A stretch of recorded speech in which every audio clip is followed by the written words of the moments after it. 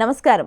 BRK భక్తి ఛానల్కి స్వాగతం. నేను మీ కీర్తి. ఈరోజు మనతో పాటు ఉన్నారు ప్రముఖ ఆధ్యాత్మికవేత్త, జ్యోతిష్య పండితులు మరియు జ్యోతిష్య శిక్షణ నిపుణులు బ్రహ్మశ్రీ నానాజీ పట్నాయక్ గారు మనతో పాటు ఉన్నారు. గురువు గారిని అడిగి మనకున్న సందేహాలని నివృత్తి చేసుకుందాం.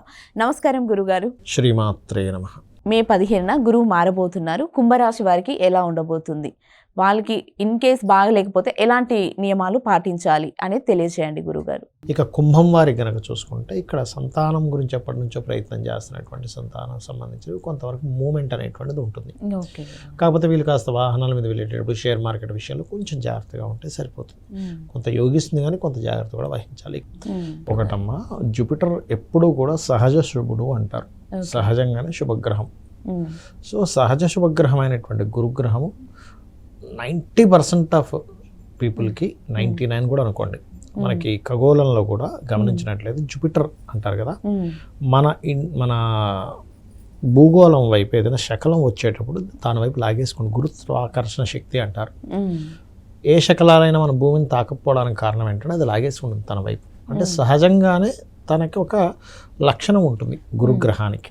అలాగే మన జన్మజాతకంలో కూడా ఏదైనా ఒక దోషం ఉంది అంటే రకరకాల దోషాలు ఉంటాయి. సర్పదోషాలు ఉంటాయి, లేనట్లయితే మనకి కాలసర్పదోషాలు, లేదా మనకి చూడండి అంటే కాలసర్పదోషం జన్మజాతకానికి అప్లై చేయకూడదు, కాబట్టి చాలామంది చేస్తున్నారు.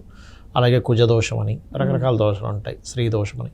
గురువు దృష్టి ఉంటే తగ్గుతుంది సర్వసాధారణంగా. అలాగే ఈ రాసుల్లో ముఖ్యంగా మేషం నుంచి తీసుకుంటే 3వ స్థానంలోకి మారుతున్నాడు. 2లో ఉండే గురువు 3లోకి మారుతున్నందుకు ప్లేస్ ఆఫ్ చేంజ్ ఇస్తాడు ఎక్కువగా. విదేశాల్లో ఉండేవారికి ఏదైనా చేంజ్, గతంలో ఏవైతే చిన్న చిన్న మిస్కమ్యూనికేషన్స్ అయ్యాయో అవి క్లియర్ అవుతాయి.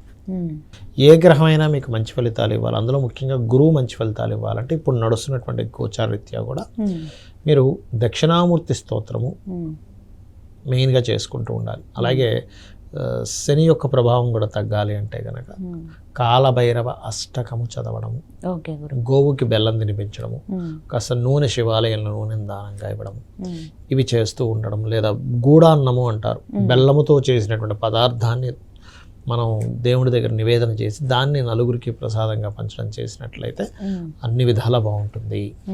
ఇంట్లో ఉండి ఎలాంటి పరిహారాలు చేసుకోవచ్చు అంటారు? ఒకటేనమ్మా, ఎప్పుడు కూడా ఇంట్లోనే ఉండి నేను పరిహారం చేసుకోవాలి, ఎందుకంటే విదేశాల్లో ఉండే వాళ్ళకి కొన్ని దానాలు కుదరవు. అవును గురువు గారు. ఒకటే దానం ఇవ్వలేను అనుకునేవారు నేను చెప్పేది ఏంటంటే అరటికాయలు గోవుకు తినిపించవచ్చు, లేదంటే గోశాల కూడా మాకు దగ్గరగా లేదు, ఏం చేయాలి అని అనుకునేటువంటి వాళ్ళు ఇంట్లో ఒకటే దిగంబర దిగంబర శ్రీపాదవల్లభ దిగంబర అనే మంత్రం, లేదా దక్షిణామూర్తి యొక్క స్తోత్రం వినడం, చదవడం అందరికీ రాదు, వినడం చేయొచ్చు. పసుపు రంగు వస్త్రాలు మీ ఇంట్లో పనిచేసే వాళ్ళకి లేకపోతే ఎవరికైనా బ్రాహ్మణులకి దానంగా ఇవ్వచ్చు. అంటే కొంతమందికి గురువు ఏంటంటే పాపి అవుతాడు, అంటే కొంతమంది జాతకాల్లో నీచంలో ఉన్నాడు, గురు మహర్దశ బాగాలేదు, అలాంటప్పుడు గురువు ఉన్న పొజిషన్ కూడా బాగాలేదు అనుకోండి, అప్పుడు ఏమవుతుందంటే ఇంకొంచెం ఎఫెక్ట్ ఎక్కువగా ఉంటుంది. ఎలాంటి ఎఫెక్ట్ ఉంటుంది గురువు బాగాలేని వాళ్ళకి అంటే గురువులతో ఇబ్బంది, లేకపోతే ఒక పూజ చేయబోయి ఇంకోటి ఏదో, అంటే కొంతమంది చూడండి కొన్ని ఇప్పుడు సహజంగా కూడా ఈ శని ఇలా ఉన్నప్పుడు ఏమవుతుందంటే వైదిక సంబంధించిన పూజలు పక్కన పెట్టేసి కొంచెం డిఫరెంట్ పూజల వైపు మనుషులు కూడా మల్లుతూ ఉంటారు. ఇటువంటివి కూడా జరుగుతూ ఉంటాయి. అటువంటివి చేయడం వల్ల కొంతమందికి ఎఫెక్ట్ ఉంటుంది, కొంతమందికి మంచి జరుగుతుంది, ఎందుకంటే వాళ్ళకి అది కుదరనప్పుడు. అలాగే గురువుల ద్వారా కొంతవరకు వీళ్ళకి కొంత నిందలు పడ్డం, గురువు బాగోపోతే, ఇవన్నీ కూడా దక్షిణామూర్తి స్తోత్రం కనుక చదువుకుంటే వింటే ఏమవుతుందంటే ముందుగా దాని అర్థం తెలుసుకొని చేయాలి. అప్పుడు జ్ఞానం అనేటువంటిది వస్తుంది. మనం దేని గురించి ఇబ్బంది పడుతున్నాం, నేను దేనికి బాధపడాలి, నేను దేని గురించి అనవసరంగా నేను చింతిస్తున్నాను.